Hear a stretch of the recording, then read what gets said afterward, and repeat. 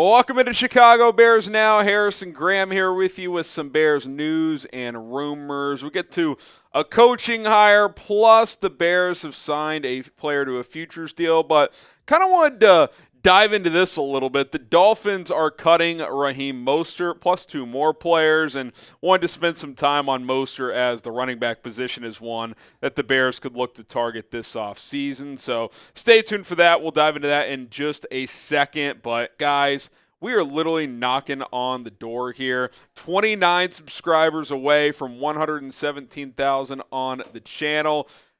Let's get there. Let's get to our next milestone. If you want free and daily Bears content, 2 videos per day, 2+ live streams per week, we got you covered, so hit that sub button. Okay, let's talk Raheem Mostert here as he's been cut. And, I just kind of wanted to explore should the Bears have some interest here. It's a little news dump on a Friday, so why not spin a little Bears angle on it. Did not have a good season for Miami. There could be a variety of reasons for that. He was awesome last year when he had 18 rushing touchdowns, rushed for over 1,000 yards, almost 5 yards per carry, which is his career average, 5 yards per carry.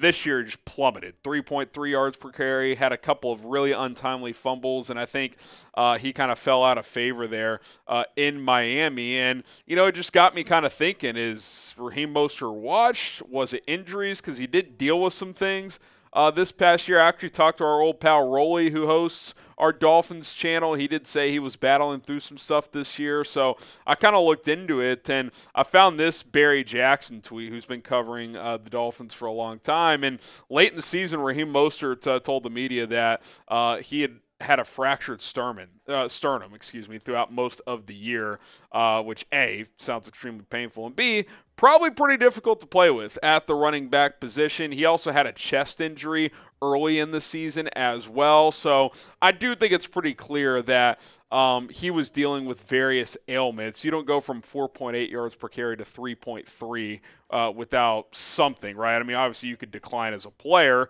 and he is getting older. He's going to be 33 next year, so that's an advanced age for a running back. But to go from one of the best running backs in the league a year ago to horrible, I got to think the injuries played somewhat of a role. The question is how big, obviously. For the Bears, obviously, we've talked about running back quite a bit. DeAndre Swift is a polarizing figure among the fan base. I expect him to be here next year, but I do think they need to pair him with somebody. I don't view Roushar Johnson at this point in time as someone who should be part of a 1-2 punch for this offense. I don't think he's explosive enough. At his peak, Raheem Mostert's very explosive, but, I do think he's one of these guys where if you bring him in, to me this is kind of like a flyer, 1-year vet minimum, slightly above that at most. I think he made $4 million last year. I mean, if you want to give him 2.5 or something, I guess that would be fine. It would not change my outlook on wanting to draft a running back to pair with Swift. If Mostert gives you some juice and could be a real contributor, hey, that's great. If not, no harm, no foul.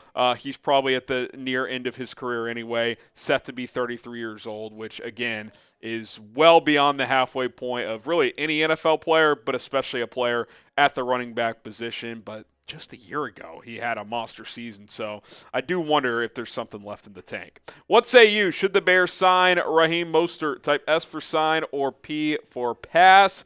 Again, 1-year flyer, I'd be in, but it would not deter me from drafting a running back. I still think that needs to be something the Bears do at some point in April's NFL draft. Okay, real quick, Durham Smythe as well, along with Kendall, the corner, who was pretty good this year for Miami. He had some injuries as well. He got cut. Bears aren't going to sign him. They don't really need a corner, especially a potentially high-paid one. But Durham Smythe, longest tenured Dolphin, he also hit the chopping block today. They're going to move on there. And, not a sexy name, not a sexy position necessarily, especially as a blocking tight end, but I do think the Bears are going to need to add some tight end depth via the draft and or free agency. And if Smythe is your number 3 as a blocker, you could do worse. That's kind of what he's been in his career, number 3 tight end who's mostly a blocker and can catch the occasional check down. If they want to get younger at that spot from Mercedes Lewis, that's certainly something they could do. But Cole Kmet needs some help in production behind him because the Bears have not gotten that out of their tight end group over the past couple of years. Okay, we are sponsored by Mando here on today's show. Happy Valentine's Day, everybody. If you're going out for a date tonight, fellas, you know what a non-negotiable is? Whole body deodorant. Yes, whole body deodorant. That is what Mando specializes in. I personally am a fan of all of their products. The deodorant wipes are very convenient, probably my favorite product because they're easy to take on the go and dispose of. You can wipe from head to toe, completely healthy, will not cause any irritation at all, and you're going to be smelling as good as new. Mando is clinically proven to control odor for 72 hours and is better than a shower with soap alone. 12 hours after a shower, the average man's grundle odor level was a 5 out of 10. With Mando, it was a 0 out of 10. It'll stop odor before it starts with the Mando products, as they are baking soda free and paraben free. If you want to try America's #1 whole body deodorant formula right now, you can find them in Walmart, Target, and other retailers across the country. Check out their 4 cologne quality scents as well: Bourbon Leather, Mount Fuji, Pro Sport, and Clover Woods. The Mando starter pack is perfect for any new customers out there. It comes with the solid stick deodorant, cream tube deodorant, and 2 free products of your choice, plus free shipping.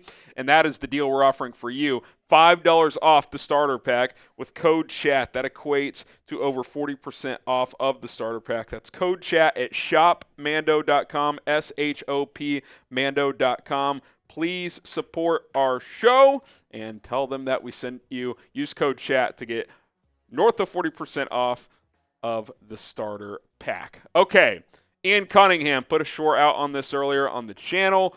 He is officially interviewed for the Jaguars general manager position. So he is in the mix now.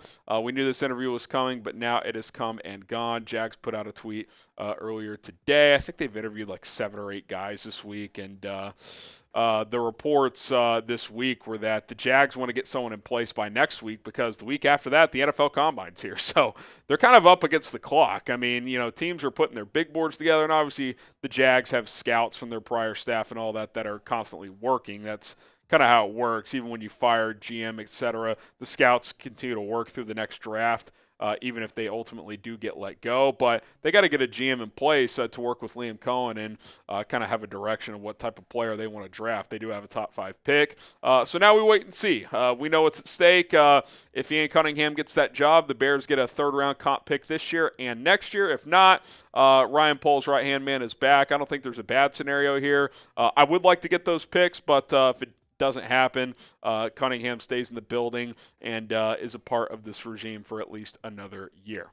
Okay, in coaching news, the Bears have hired Kyle Devan from Oregon State to be presumably the assistant O-line coach, as that part technically hasn't been announced yet, but that's where he got his start in the NFL, was as an assistant O-line coach in 2015 with the Saints under current Bears O-line head coach Dan Roushar, who, of course, got hired by Chicago a couple of weeks ago. So those two reunite together.